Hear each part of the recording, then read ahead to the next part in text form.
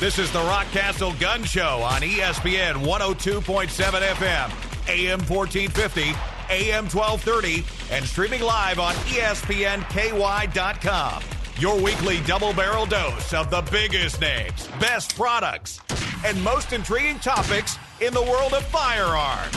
Brought to you by Hilux Optics, Swagger by Pods, Shoot with Confidence, J&K Used Cars on the Bypass, and Mohawk Outdoors. In pursuit of liberty, justice, and all things guns. Here are your hosts, Nick and Nate Noble. Welcome back to the Rockcastle Gun Show, ESPN Radio 102.7, Bowling Green, Kentucky, ESPNKY.com, and we're also on 104 The Score in Glasgow, News Station, and 106.1 E-Town. Saturday mornings coming at you. A little bit delayed on Saturday mornings. You're going to miss a little bit of the gun show on Saturday morning because you're probably going to be out deer hunting. But anyway, don't forget, go to iTunes, look for the Rockcastle Gun Show on iTunes. There's all kinds of podcasts, tons of them on there. The biggest names, best products, most intriguing topics in the world of firearms. That's what we try to bring every week. And Nick, we're kind of a variety show on here, and tonight's no different. We're going to have some great guests on. Yeah, tonight's no different, and we're always glad to have you back with your hosts, Nick and Nate Noble, here on the Rockcastle Gun Show. I mean, this week, the show right before us always gets me juiced up. Southern Kentucky's great outdoors. They were talking about deer hunting. We're getting ready to go into deer season. We're going to have the folks from Weatherby on here talking about big game center fire rifles and how to use those and different options you have out there. Then we're going to talk a lot more about, just hunting rifles in general. Because all of you folks that are listening to this show, you're all gun enthusiasts, and it's that time of year, so we're going to do that. We also have a big event this weekend, the zombie Run for Your Life zombie run and gun. So we got a 10K and a 5K going on. It's a biathlon with slung rifles, holstered pistols.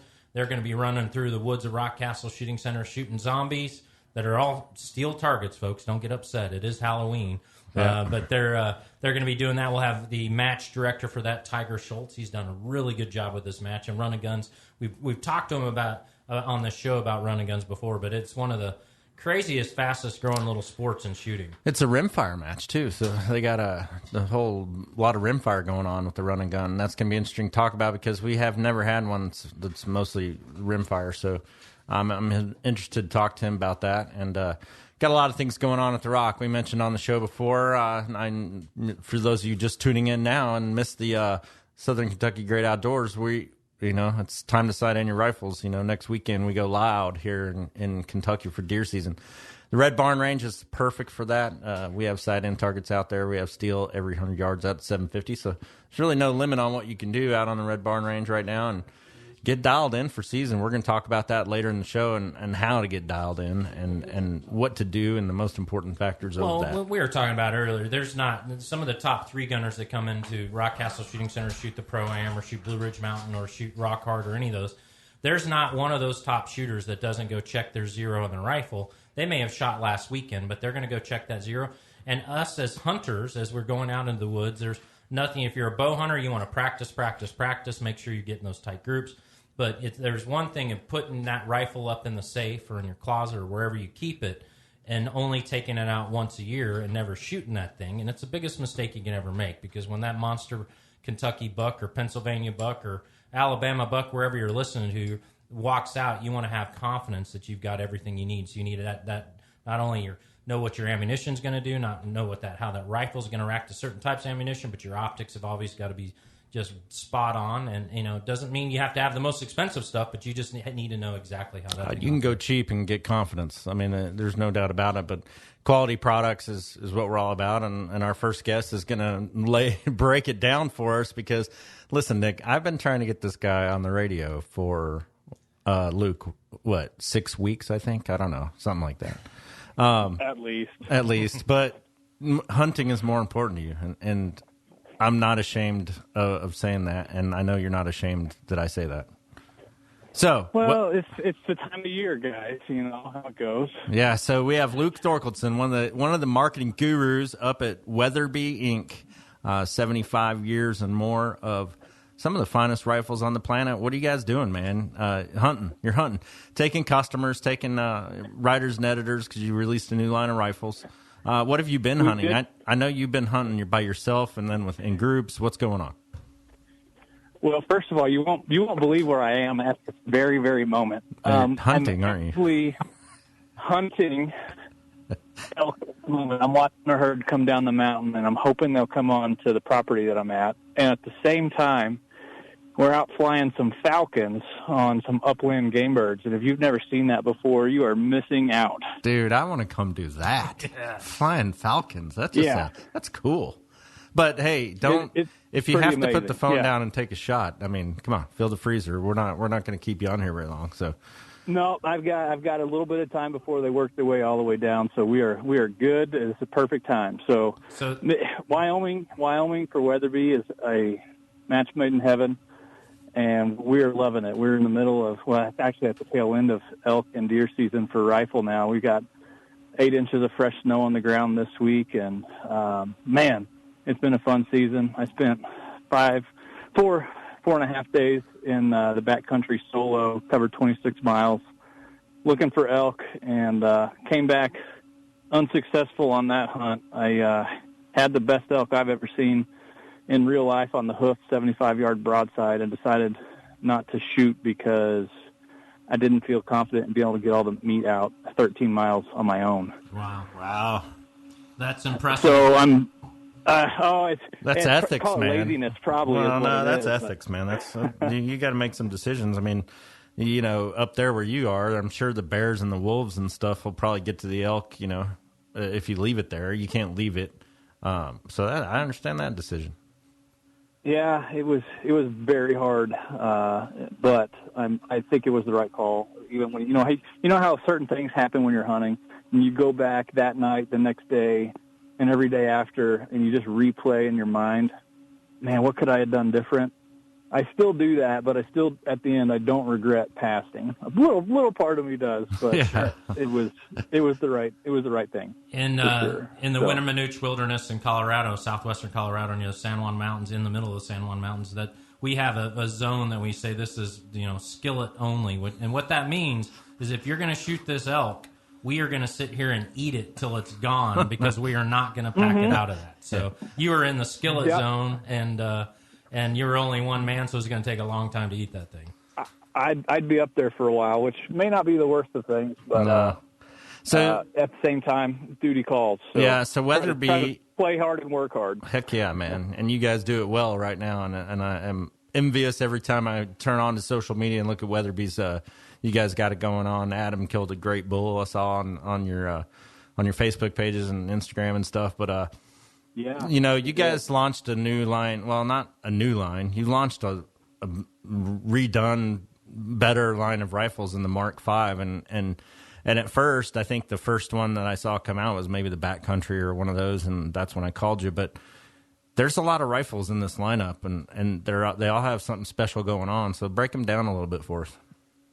Yeah, you bet. You're exactly right. The Mark V as an action has been around for a long time, and the core of the overhaul came from there's two versions of the Mark V action. So like the Remington 700's got a short and a long action. We've got our Magnum 9-lug, and we've got our standard 6-lug, which the 6-lug is still technically a long action. It just has a fairly skinny throat, so you couldn't use a Magnum bolt face, and so this backcountry rifle really started at the cartridge level, where we decided we need to develop a cartridge that takes full advantage of this lightweight 6-lug standard action that we've got and still deliver Weatherby Magnum performance. So we started there. We ended with the 6.5 Weatherby RPM that's essentially a 6.5 284 stretch. It's a long, skinny cartridge. It's a rebated rim, first non-belted, non-Venturi cartridge that Weatherby's ever done, and we're getting velocities just bullet for bullet, just a hair over 6.5 PRC. Wow, that's cooking. So that was kind of the start of this backcountry rifle, and so now we've got this great cartridge. It's perfect. It's sheep hunter's dream, and we've always been known for being the fastest, but we've never been known for being the lightest. So we went to work. We partnered with AG Composites, makes some fantastic carbon fiber stocks, And then in-house, we homebrewed a production 3D printed recoil pad to save as much weight as possible. You can actually see through it. It's a shape that you can't injection mold, and so we saved a couple ounces there. We're using a titanium receiver on the titanium version, and at the end of the day, we ended up on the titanium a 4.9 pound, 24-inch barrel, that is delivering high velocities, true magnum performance in a sub 5 pound rifle, which we don't think has ever truly been done before. Yeah, that's amazing, man. There's a lot of rifles out there, and a lot of, you get into, when you're getting into that kind of rifle, you're talking way more on the super expensive custom side of the business. So the production rifle like that with what you guys do and the technologies we have in it, the new triggers and man, that's an amazing feat. That's pretty cool. Yeah. And so across the line, as we went through this whole thing, well, I should say that titanium version of the backcountry retails for MSRP is $3,400, and the non-titanium version is $2,500, and it's basically a half a pound heavier. So it's still super light, affordable in most standards there. And then that really started making us think about the whole line, like the AccuMark that had been relatively untouched for decades, our Deluxe even. And we kind of just went back to the drawing board. And what are we missing? So one of the things we did across the line is now every single Mark V ships with a TriggerTech trigger. It's a really, really nice single stage factory set right at around 3 pounds, adjustable 2.5 to 5. That's an upgrade across the board. We added either muzzle threads or muzzle brakes to models that didn't have them before, like the AccuMark and the WeatherMark. And then we made some new models. So we've got a new Carbon Mark Pro, and Carbon Mark Elite that use a BSF barrel. And if you're not familiar, they make a carbon barrel a little bit different than how, say, a Proof Research would do it, where, Proof turns the number 4 contour barrel down and replaces all that steel that they removed with carbon fiber. Well, this BSF barrel, they turn it down to essentially the same thing, but instead of wrapping all the steel back, we slip a tube over the barrel and then use a barrel nut on the muzzle end and basically compress the carbon, thus tensioning the barrel, and we're getting a much lighter and much stiffer carbon barrel. And so we've got 3 models there, starting from $24.99 to $29.99, and then the Elite version that's got the flat face TriggerTech adjustable stock is right at $34.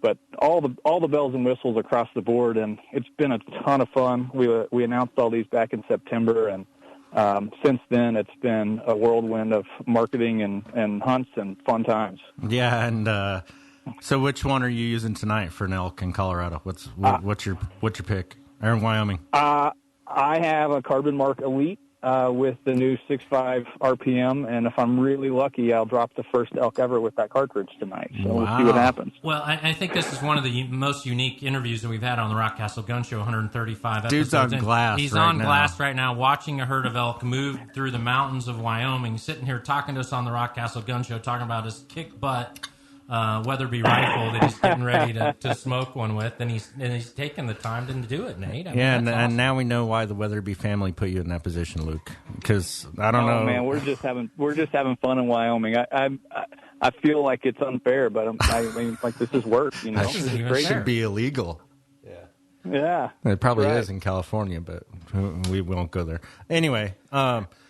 So everybody, check out Weatherby. They're all over.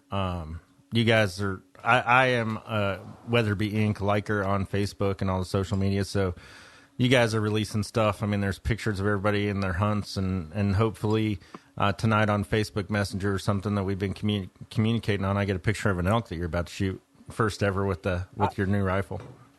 I hope so. I've been after this same herd. There's about 300 to 500 that we're watching, and they just. You never know what they're doing. It's still hunting. It's not shooting. Is there you got some big bulls there in that herd?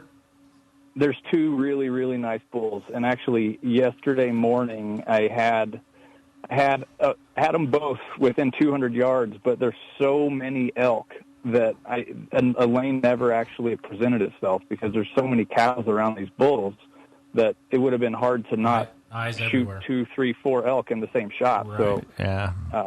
Where are they in their rut cycle, in the bugling? They're a little bit vocal still, but the first rut is mostly over. So probably the second heat for some of the cows that didn't get bred the first time around is probably about to happen. So we're noticing a little bit of activity with them last night. So when you say 300 to 500 animals, are they bunched up right now because of the snow up there and moving out of the high country to lower elevations? So we got snow a little bit earlier than we normally do, and a lot of it. It pushed them out of the mountain, and they herd it up really quite a bit. So it seems a little bit untypical for this time of year for what they're doing, but we've got quite a few that are starting to move down towards us. So we'll get after them. We'll let you go. Man, thanks for coming on, Luke. I know we've been trying back and forth, and I hate to interrupt you when you're hunting all the time, but I look forward to talking to you. Up on me. And everybody go check out Weatherby Inc. on weatherbyinc.com and all that, and we'll get you back on. Can't wait to see these rifles at SHOT Show, and can't wait to shoot them. Yeah, can't wait to see you guys. Thanks, dude. We're out with Luke Thorkildson from Weatherby Inc., and we'll be back after these messages from our sponsors here on ESPN Radio 102.7, ESPNKY.com, and Rockcastle Gun Show. Hey, it's Nick Noble with the Rockcastle Gun Show here. We're talking about Swagger bipods. Do you want just your average barrel rest, or do you want to shoot with some swagger? Introducing the Swagger bipods. They expand your shooting zone with Swagger, the all-terrain hunting bipod. After more than 100 years, finally shooters have a bipod with patented, flexible, hyper-extending telescoping legs that give you the agility like never before. So get rid of stiff legs and get the bipod with infinite maneuverability. Swagger, the bipod that moves. J&K Used Cars is the place to go when you need a quality automobile at an affordable price. Stop in at 670 on the Bypass in Bowling Green and see this week's special. The 2006 Honda Ridgeline. Local trade comes with 4-wheel drive, good miles, leather interior, navigation and sunroof, chrome wheels, power options, and more for only $11,995. Hurry in because at that price it won't last long. J&K Used Cars with over 40 years of serving the community with affordable prices on quality automobiles. Visit J&K on the Bypass and online at jnkusedcars.com. Although hunting to most of us is much more than just harvesting animals, why not better your deer herd's health with Big & J long-range attractant? Big & J is highly digestible, high in protein, and isn't full of preservatives. With Big & J long-range attractants, you're not only exploiting one of the few weaknesses whitetails have, their stomachs, but you're maximizing antler growth, improving overall herd health, and pulling deer from your neighbor's property. So whether your goals are to fill the freezer, kill mature bucks, or both, Big & J long-range attractants will stack the odds in your favor, all the while making your deer herd bigger and healthier. This is Tim Jensen from Gun Style. You're listening to ESPN, the Rockcastle Gun Show. Hey, it's the ESPN Radio 102.7, the Rockcastle Gun Show. Welcome back, man. We've been talking, all things guns, but, this last segment with Luke was from Weatherby, the marketing guru there. He's literally, the guy was up in the Wyoming Rocky Mountains watching a herd of 300 elk feed down and move down and try to transition so he can try to take one tonight with his new Weatherby The crazy rifle. thing about that was so many elk. He said he has 2 bulls and they're 200 yards away, and he's got a rifle that could kill them at 1,200 easily. But he couldn't get a shot because there's too many elk in the way. That's amazing. I just want to see that one time. And they're hunting with falcons.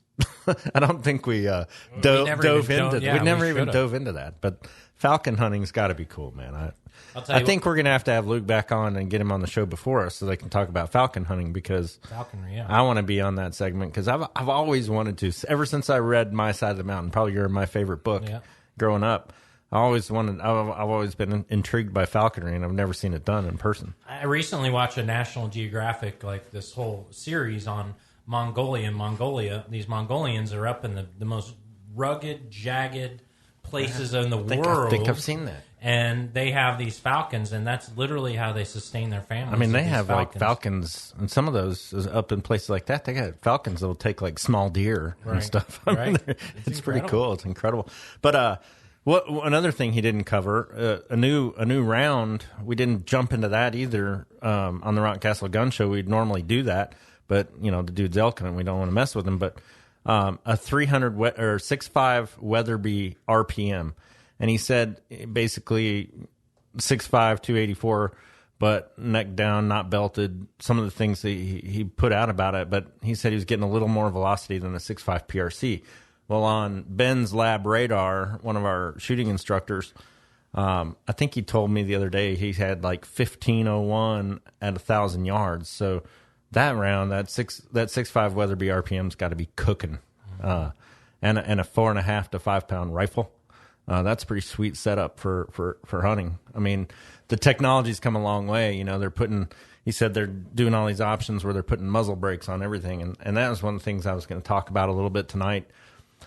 As we get into hunting rifles and hunting rifles in general, those options weren't available when we were kids. And most of the guns we have now that are handed down generationally from our grandparents, the old Montgomery Ward's 30-06 that I still have up there, you don't have muzzle brakes on those things. But the newer rifles we've been buying for the kids lately to go hunting, like the CVA single act, it's a single shot break barrel CVA 7mm odd 8. We actually got the barrel threaded and put a JP recoil, eliminator, the recoil eliminator on it. It's a big thing, but what an amazing thing little things like muzzle brakes and stuff do. And I highly recommend, if you don't have a threaded barrel for a muzzle brake of any kind, it's really easy to get one done. I mean, there's a lot of people around gunsmiths that can thread a barrel on any deer rifle. Well, and maybe explain for those folks that are still using that old 30-06 or that 270 or 243, whatever they're going to do, go out to deer woods. What would a muzzle brake do for them? I mean, what's the physics behind it? A lot of people, you can call them all kinds of different names, stabilizers, all these things. But basically, they're bleeding off gas at the end of the barrel in the right formation to stabilize the barrel and make it jump less. A little less recoil, a little less barrel jump, a little less of all those things that can happen on a high caliber cartridge. So, if the scope nick everybody gets on their eye when they're not holding the gun real tight and the scope comes back and bites them right on the eyebrow, a muzzle brake or recoil reducer or shot stabilizer, whatever you want to call it, would eliminate some of that. Now, I won't eliminate all of it. If you're shooting a big-ass gun with a high-power cartridge, it can jump and bite you still if you're not holding on to it correctly. But, the muzzle brakes and stuff are going to take care of a lot of that. And you can get it done to any gun. There's people that do it. You just got to find a gunsmith locally that does it.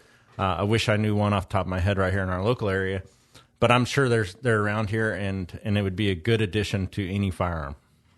Yeah, that's cool. And listening to Luke, I can't wait to follow up and hear exactly I hope how he this sends me a picture later. I know. Tonight. That'll be fun. We'll post that on the Rockcastle Facebook page and Instagram and all that jazz. Check us out, Rockcastle Shooting Center and all that. But hey, listen, that was cool. We're going to bring Luke back on, talk about falconry and see how his elk hunt went, and that was a cool first segment. We're going to go to a break right now, and we'll be right back. We're going to kind of transition a little bit out of hunting into zombies. And the run and gun. Run for your life, zombie run and guns going on at the Rockcastle Shooting Center this weekend. We're going to have Tiger Schultz, the match director for the Run for Your Life Zombie Biathlon with slung rifles, holstered pistols, and you're going to run 10K and you're going to shoot zombies along the way. And we'll be right back after this message, the Rockcastle Gun Show on ESPN Radio. This is Nate from Rockcastle Shooting Center. Did you know that one of the premier shooting ranges in the world is right here in South Central Kentucky? Rockcastle Shooting Center has something for everyone's recreational shooting enjoyment. From 3D archery to our brand new sporting clays course, handgun ranges full of steel to targets out to a mile. There's no better place to get some trigger time than Rockcastle Shooting Center. Non-members are welcome, and memberships start at $150 per year.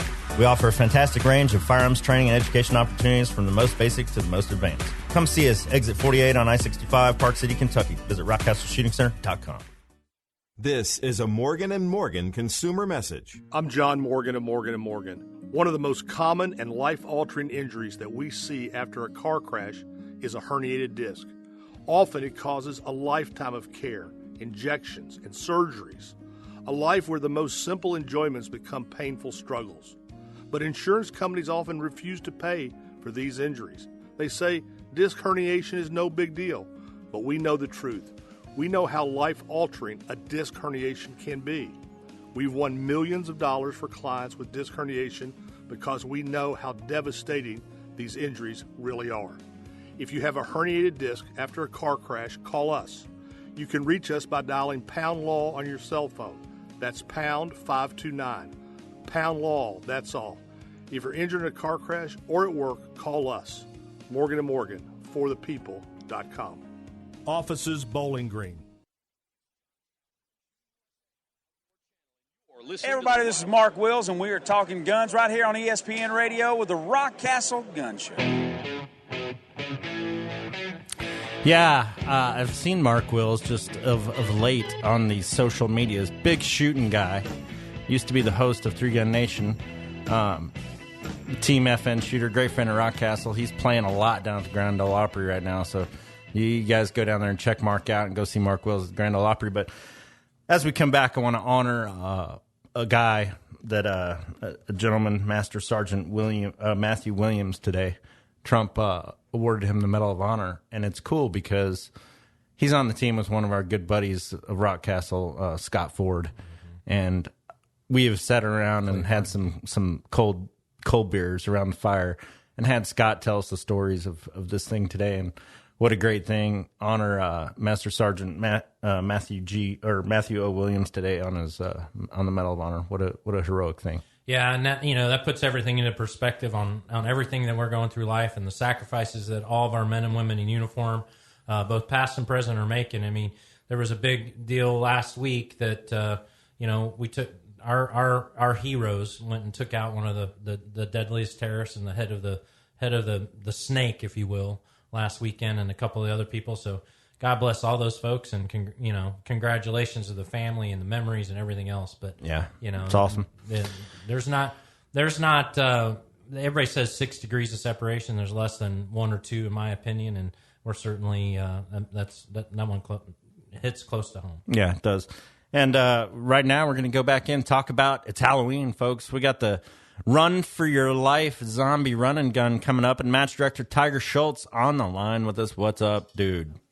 How's it going, guys? It's going good, man. Going good. What the heck is a zombie run and gun? Well, it's basically it's every little boy's dream. You get to run around and shoot at zombies and werewolves and Sasquatch on occasion, and it's that's basically all we get to do is have a lot of fun and shoot at fictional creatures.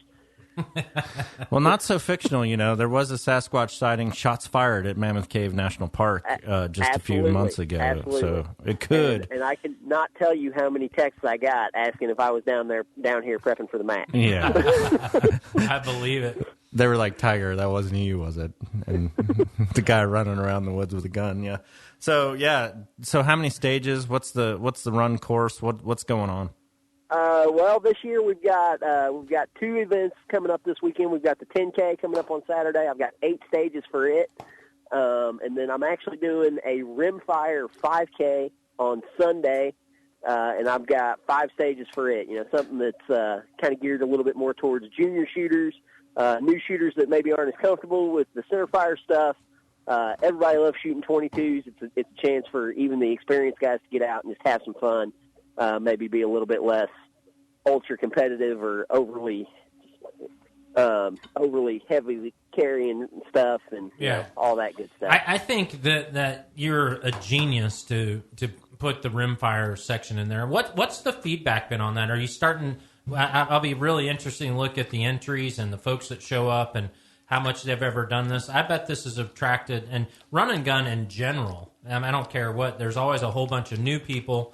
As a large percentage versus other shooting competitions that actually have never even run a 10K or a 5K, and have also never even shot a shooting competition. But all of a sudden they're going to combine both of them. What's the breakdown of the folks on the rimfire in particular? Is there a bunch of new folks there, or is everybody going to turn around after the 10K and bring their rimfires out?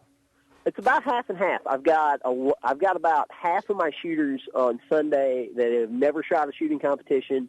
Some of them, like you say, have never run a 5K. I've got I think I've got 9 shooters that are junior shooters. I've got one kid that's 7. She's going to run the course with her dad. Her dad's a good friend of mine. He does running guns a lot, and his eyes just lit up because she's been wanting to come and do one of these with him and just run along with him. Now he has the opportunity to put the 22 in her hands and say, here's what we're going to do. And I've got several, 12, 13-year-olds shooting. I got some adults coming that have never done running guns, and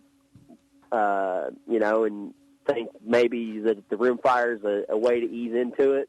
I've got a couple of adults coming that like to shoot, but they don't like to shoot centerfire. All they like to shoot is rimfire. They don't like the bigger concussions and stuff of the larger calibers. So it's going to be a fun day. And I think, too, a big part of it that's really drawing people is I'm not, obstacles are going to be offered, but if you're not comfortable with it, don't worry about it. Don't do it. If you're a kid and you want to get out in the mud and you want to go all for it, go for it. If you don't want to do that, hey, no problem. This isn't a super competitive race. It's a fun day. And I've got a couple of families that are coming out that are going to do it. Mom and dad are going to run with their 2 kids and just kind of do it as a family day hike. I bet you there's a bunch of shooters that'll do both, the 10K and the 5K. Yep, and I've got some shooters that are doing that, and some of them guys are like, hey, why don't we make it a little more competitive? And I'm like, hey, if you want to be competitive, come up with a rule set that you all will abide by. I'll post the scores, and you can see who wins in your little group. That's cool. That's cool. Well, I mean, kudos to you, because I think the fact that you're having a run and gun, a 5K run and gun, and 50% of the people are new shooters, and many of them are youth and ladies and just folks that have never even shot in a shooting competition or run in any kind of 5K or 10K is pretty impressive. And I think that's one of the most important parts of drawing people into not only Second Amendment, but competitive shooting sports and all the great things that come out of that. So kudos to you for that. And when one of the things I wanted you to kind of talk about, when you're running a 5K, people think about, hey, we're going to start at University of this and run up the street to this and this. This is actually a trail run, and you said that there's some obstacles out there that you can take if you want, but you're literally going to be running around the woods of Rockcastle Shooting Center in South Central Kentucky, and there's going to be some challenges. You talked about mud. You talked about all these different things. I think we're even going to go into a cave and do some different things, so it's a pretty crazy situation. I want you to talk about that, and then I want you to talk about the gear and how they carry it and how they show up to a stage and shoot. Right. So like you say, and let me tell you something. I've been out here all day today in the pouring down rain, slip sliding in the mud, setting up for the 10K. Actually, I'm in the middle of setting up a stage right now. But you've got there's a lot of elevation change here at Rockcastle. There's some good hills and there's some mud and the obstacles. Like I say, I'm going to have a wall and we've got the tubes down in Doe Valley that you've got to climb up and out of. Mud pits. I have this obstacle I call rope jungle, which is where I basically just string, probably 400 feet of rope between 5 or 6 T-posts in a 30-foot linear space. So you've got to, crawl through it. And then, and just like you say, we do go down in the cave. The rimfire, we're actually going to shoot a little 22 rifle down in the cave. That's something that a lot of our veteran running gunners were excited about because generally the cave is just pistol, but with the 22s, we can see how they maneuver with that. And then as far as gear goes for the 5K, a 22 rifle, about 100 rounds of 22 and a good sling, and you're ready to rock and roll. For the 10K, you need to carry a rifle, a pistol, all your ammo, a way to carry your mags, maybe some water. And those obstacles are required. So if you don't think you can get over a 6-foot wall, maybe carry something to hook up on top of the wall and help you step up and over. And there's a lot more to it in the 10K. But and I see some people who I know one guy who's running this year. He's going to run in a t-shirt, basketball shorts. He's got a gun belt and a sling for his rifle. He's got a competition gun belt that he carries his mags on, and he runs in tennis shoes, basketball shorts, and a t-shirt. And that's how he's going to run through the woods. I'm like, you're going to get ate up. you are going to get eaten alive by thorns. But hey, man, hey, if that's what you want to do, right? The slung rifle when you're running, I mean, Tracy and Lanny Barnes are two Olympian biathletes. Of course, that's on cross country skis, and Lanny won a silver medal, and they've been, I think, between the two of them, they've been in 5 or 6, Olympic games. There's one thing, how do you sling it? But when you're running down a trail, what's the best strategy in terms of slinging that rifle? Because you're having to carry it. Your just everyday sling may not be the perfect thing. What do you see as the setup that you see the most efficient setups? There's 3 different primary setups to do that with. There are some people who run their everyday sling. They run an everyday sling, and they do okay. They generally don't run real fast. There's some people who get like competition slings that adjust real easy and they can suck it up tight, and they actually will run either rifle sling across the front or rifle sling across the back, and that's a purely personal preference. I personally run a biathlon sling. My sling goes on just like a backpack. I get up to a stage, I slide out of it, and then I do the stage, and then when I'm ready to run again, I put it on just like a backpack. So that's a pretty popular option for running gun because it's supremely comfortable, and I mean, biathlon, Olympic biathloners do it for a reason. Like there's a reason for that, right? Because you don't want the bounce of that rifle. I mean, that thing weighs 5, 6, 7 pounds depending on what rifle. Yeah, 10, 11 pounds. Some of the people running bigger guns. And when you're running, that thing's going to bounce. So anything you can do to limit that would be huge. Yep, and it also, the reason I like it so much is it centers the rifle behind you. So, like, if you are going through a thicker section of woods or something, it's not sticking out to the side, catching on branches, catching on vines. That rope jungle obstacle I talked about, it's not sticking out and really catching on things. It's a little tighter up to you than other options. Let's talk about the stages a little bit. So on the 10K on Saturday, you're going to be running the Run for Your Life Zombie 10K. You're going to have 8 stages. You mentioned Sasquatch, you mentioned zombies, you mentioned all kinds of different things. What's a typical stage going to look like? What's the round count for the entire match for the 8 stages? How many rounds are they going to have to shoot if they get first round hits? That kind of thing, and just what's the setup? And this is something that actually a lot of people kind of look at me funny for. My round count is not super high. I'm running 8 stages, 35 pistol hits and 45 rifle hits if you run it completely clean, which doesn't sound like that much. But like one of my stages is you have to shoot a plate rack at 15 yards cleanly. Like if you shoot 5 targets and miss on target number 6, you run around a barrel that's 10 yards off to your left. And while you're doing that, the RO resets the plate rack, and then you got to come back and you got to start all over. You got to clean it. So, yeah, you got to clean it. And so it's my personal course rewards a lot of taking your time, making your hits, and being smooth about your shots.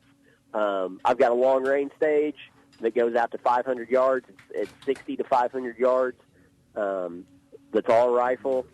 I've got a VTAC stage where it's 5 rifle and 5 pistol, and the pistol targets are only 4-inch targets, and they're out at like 8 or 10 yards, and that's a tight shot through a VTAC board with a pistol.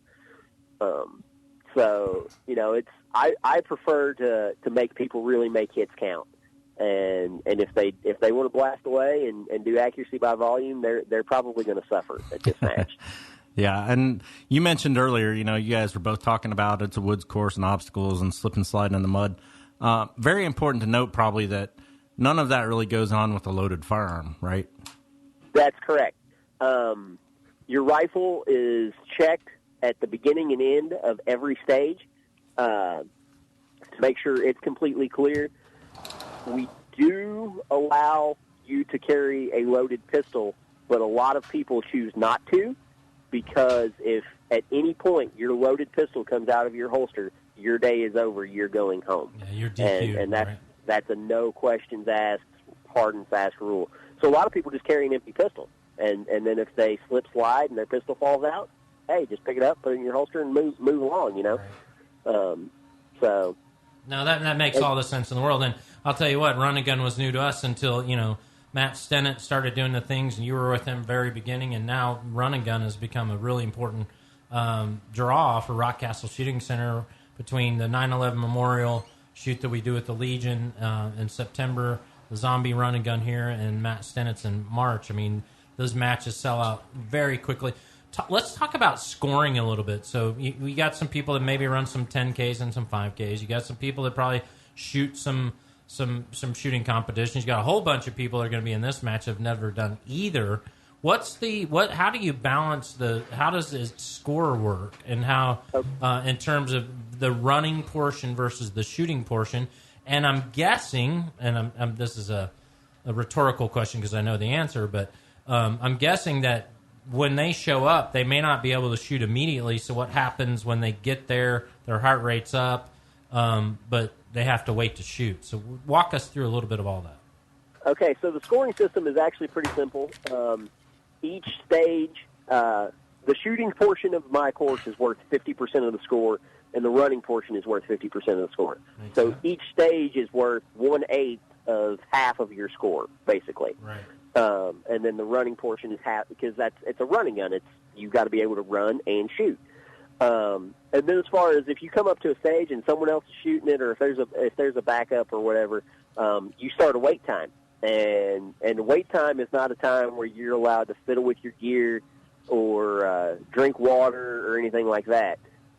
It's just a pause. Like, yeah, you get rest because obviously there's nothing for that.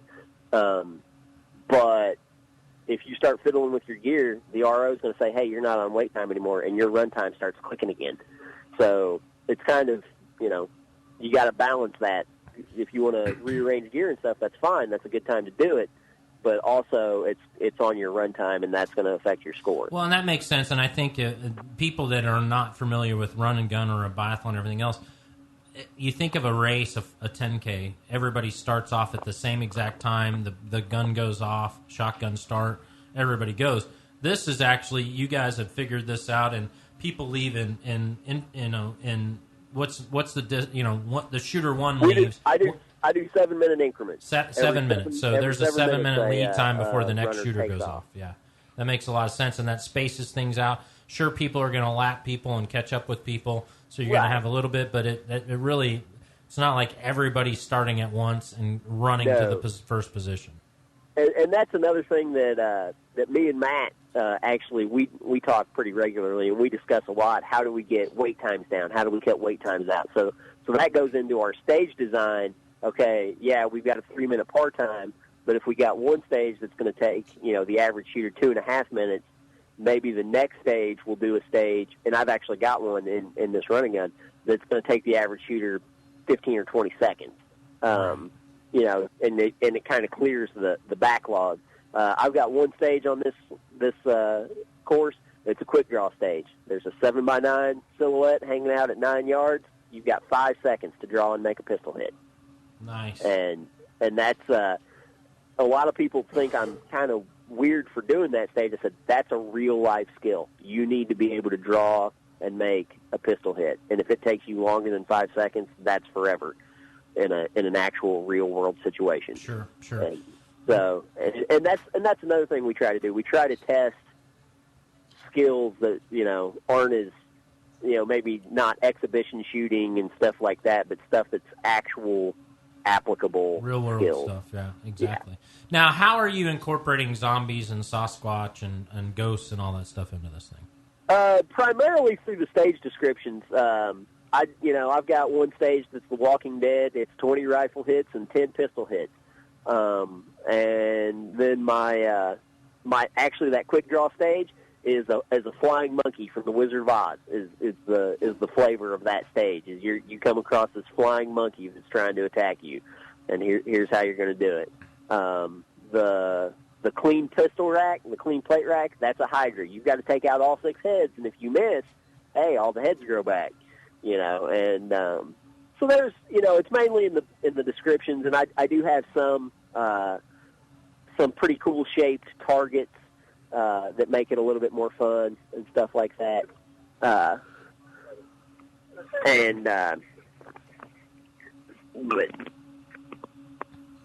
They're like, dude, you got to get back and set up the stage so we can go have dinner. That's what they're saying to you right now. Yeah, I mean, actually, that was just a buddy of mine. He was asking for a tool. He's out here helping me, and he needed a tool out of my pocket. So we're good now. No, Tiger, this is all really good stuff. Folks, if you want to come up and watch the Run for Your Life Zombie Run and Gun 5 and 10K, Saturday's going to be the 10K. Sunday's going to be the Rimfire 5K. You can come up to Rockcastle Shooting Center, exit 48, I-65, Park City, Kentucky, and come check it out. You can come watch it. Just check in at the front desk. We still have 5K slots open. And we still have 5K slots open. We have about 25K slots open. It's $20 a slot. It's a good, cheap, family fun day, guys. Yeah, no, that's really cool. Very, very interesting. Everything you're talking about is really cool. So we really appreciate you taking the time, setting up for this match, and coming on the Rockcastle Gun Show. And Tiger, you're a good man, and thank you for your service. You're no stranger to being in the military. And tell us a little bit about your background. I grew up shooting, but then I really kind of dialed into it when I got into the Marine Corps. Served 3 years, got retired out. I got hurt, got retired out, got out, and kind of had a rough time coming into the civilian world, actually getting out of the military and everything. And then actually I found run and gun, and it was like a whole new tribe, and got really heavy into the competition shooting through this, and have found a way to apply some of the military discipline to something in civilian life that makes a lot of sense. And it's a great group of people, and without them, I'd still be struggling, honestly. Absolutely. Amen. And actually, you talk about the military guys. I just got a text message a couple hours ago from a fifth group buddy of mine that I met through Legion, and he said, "Hey man, I know it's last minute, but can a couple of my guys come up and run your match on Saturday?" Absolutely. Fifth group is always welcome. I will make slots. 100%. Amen. God bless America. And thank you for what you're doing here, because like you said, this is a great outlet for a lot of people, a whole bunch of new shooters, a whole bunch of veterans, a whole bunch of people involved in the whole run and gun. I mean, these folks are coming from all over the country. They're coming from Oklahoma and New York, and I mean, they literally come from all over the country here to do this run and gun. And I've got 16 states represented in this match. Fantastic. Yeah, that's awesome.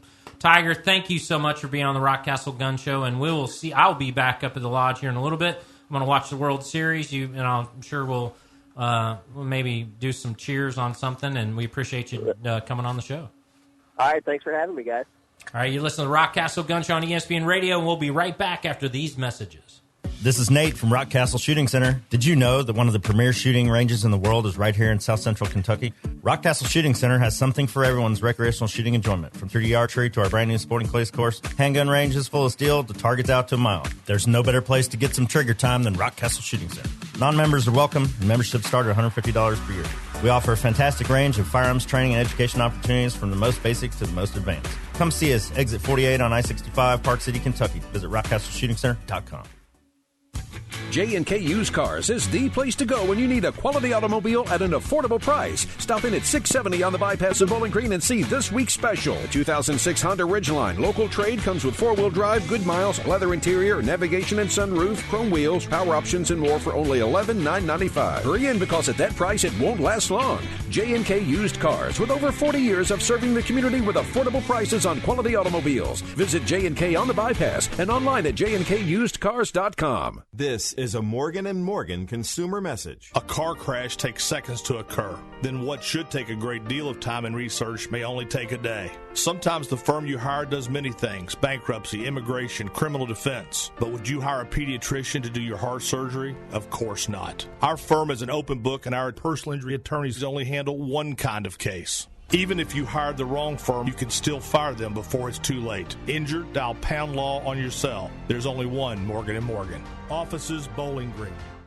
Although hunting to most of us is much more than just harvesting animals, why not better your deer herd's health with Big & J Long Range Attractant? Big & J is highly digestible, high in protein, and isn't full of preservatives. With Big & J Long Range Attractants, you're not only exploiting one of the few weaknesses whitetails have, their stomachs, but you're maximizing antler growth, improving overall herd health, and pulling deer from your neighbor's property. So whether your goals are to fill the freezer, kill mature bucks, or both, Big & J Long Range Attractants will stack the odds in your favor, all the while making your deer herd bigger and healthier.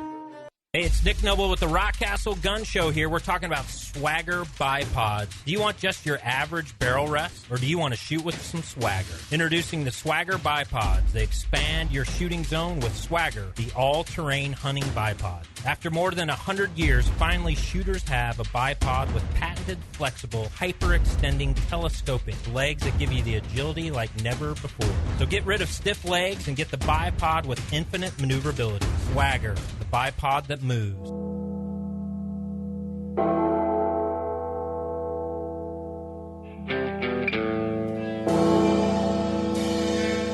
This is the song for all the deer out there in the woods. Yeah, welcome back to the Rockcastle Gun Show. ESPN Radio 102.7, 106.1 in E-Town, and the new 104 The Score in Glasgow. ESPN Radio 102.7.com. And go listen to us on iTunes. Find the Rockcastle Gun Show on iTunes podcast. Download all the episodes. You can hear cool stuff like Luke Thorkelson from Weatherby earlier talking about his lineup while he's out hunting elk with a rifle and stuff with falcons, which was cool. You don't get that very often. All while talking to us. All while talking to us, yeah. 300 head of elk move down a mountain towards him. And thanks to producer Garrett Browning right here in the studio with us for keeping us on track and playing the tunes. And hey, Garrett's become quite the... he's a star. I mean, he's got his whole play-by-play and doing the sports and everything else. And Garrett's a talent that is coming in through Commonwealth Broadcasting and doing some stuff. He's got a fine career ahead of him, and we appreciate that very much. He went to school with my kids. I've known him since he's a tiny little young man. Now he's a big man. Make sure you don't cash that check until tomorrow that I just gave you. Okay? Oh, okay. It is ESPN Radio. Garrett, what's your World Series prediction tonight? You know what? I want the Nats to win. I feel like the Astros are going to pull out Game 7, but I really want the Nationals to win. What's crazy about this World Series, there's never been a major championship where the home team has lost every single game through Game 6. Yeah. In the NBA, in the MLB, and so it's really interesting where the home team has yet to come out a victor. Yeah, it is. And coming into the series, I think everybody kind of thought the Astros were huge favorites, but the second half of the year passed, I believe it was like May 23rd. They were strong. The Astros had plus 193 run differential, which was the second best past that date. Number one, the Nationals, plus 203, but no one was really talking about them. Yeah, that's cool. And, we here on ESPN Radio, I mean, we're going to go from the Rockcastle Gun Show to the 7th game of the World Series, and we're going to hand it over to that. But that's what's really cool about being on ESPN is that we're mainstream. I mean, we're talking NFL, NBA, Major League Baseball, NCAA basketball, football, everything else, and we get to talk about guns. And shooting sports. It's awesome. Yeah. Yeah. So, Nick, what was your first... Garrett, have you ever killed a deer with a rifle? I've honestly never gone hunting before. I've shot guns before, but I've never been hunting. Fix that. Nick, what was your first rifle that you killed a deer with, or an elk? So our father, Jim Noble, who's listening somewhere out there, and he's back in at Rockcastle. He just came back up from Florida. But I was given an incredible 308, a Mark 10 308, a Yugoslavia-made Mark 10 with a Mannlicher stock. It was the heaviest gun I've ever carried in the woods. And it's still the heaviest gun you've ever carried. But bolt action 308, and it was my first rifle that I cherish to this day. I've killed a lot of mule deer and a bunch of elk with it, and several whitetails. But that was my first hunting rifle. My first rifle that I actually took an elk with when I was 14. Elk was my first cow elk, and it was a lever action. I believe it was a 30 Remington. I don't think everybody says 30-30, but I think it was a 30 Remington. But that gun, it probably killed more animals than any gun ever in the history. Well, Buffalo. our nickname for Nate growing up was two-shot because we'd all be hunting together, my dad and Nate and myself, and all of a sudden, I mean, we'd be walking in line and boom, boom. He'd hit that lever action and he'd have a cow elk or a bull elk and everything else. And like, what happened? Yeah. Shoot them till they drop, buddy. Shoot them till they drop. But yeah, the lever action 30-30, and then Grandpa gave me a Montgomery Ward's 30-06. You know, it's a Mauser rifle, but private labeled for Montgomery Ward's, a store that doesn't even exist anymore. It was like the Dillards of our day, right. And we had them back then, but. You know, well, let me go back to my favorite hunting gun of all time that was handed down, and it was same grandfather, Grandpa Subke, Howard, which is my middle name. He gave me an 870 pump, like an old 870 pump, and more pheasant, quail, and turkey, and chuckers and all that have been killed with that gun, and it was my favorite gun. It was the Wingmaster. It was the Wingmaster, and it was stolen out of my truck in my driveway in my house in Bowling Green, Kentucky. And that is one of the most tragic days. That gun probably isn't worth $400 or $500 on the market, but it was worth $1 billion to me in my heart. So today, in this day and age, the technologies, we talked about muzzle brakes earlier, but optics is crucial. And here's a little thing taught to us by one of our Special Forces sniper instructors. The first thing he did when, I brought my rifle to the class, or anybody brings a rifle to class, he makes you take it apart. And any screw on the gun or anything that can be unscrewed, he puts Loctite on it and locks it down and screws it back in, and the barrel nuts and everything like that. But then the scope mounts, he puts the scope mounts on and takes them apart, makes sure the scope is leveled and squared and all that, and Loctites that thing down. The worst mistake that most people make when they go to Cabela's or wherever and buy a gun and optic mounts and an optic, and they take it home, put it on there, is they don't Loctite it, and that stuff can move. So what we were talking about earlier, checking your zero, at least if you Loctite things and maintenance it properly every time you take it out, you can't fail. If you're Loctite and stuff's not going to move. You're not going to be worried about where your shot placement is when you go out. Right, so I got a stupid question, right? So what if you wanted to adjust that gun later on and that you got it Loctite? What's the ramification? Well, I know you know the answer to the question, but you don't use It's a rhetorical. You don't use the red Loctite. You use blue Loctite. So blue Loctite you can get undone. And crazy enough, blue Loctite is in a red bottle. Red Loctite's in a blue bottle. I don't understand that. Never will. But yeah, blue Loctite. Okay, that's really cool. Yeah, it's good stuff. So, hey guys, check us out up on the hill, Rockcastle Shooting Center, rockcastleshootingcenter.com, at Shoot the Rock on Instagram. Don't forget our iTunes podcast or wherever you get your podcasts, because we've got 135 plus episodes here. It's a great way to mow the lawn, drive to your next hunting deal, drive to your next shooting range. Dry fire in your living room. Dry fire in your living room, and it's a great thing. And we have some, a lot of buzz about Rockcastle going around. We hopefully in the next week or so have some big announcements for Rockcastle. So yeah, good stuff going. The Rock is going to continue to rock, and there's some really good stuff that's happening. So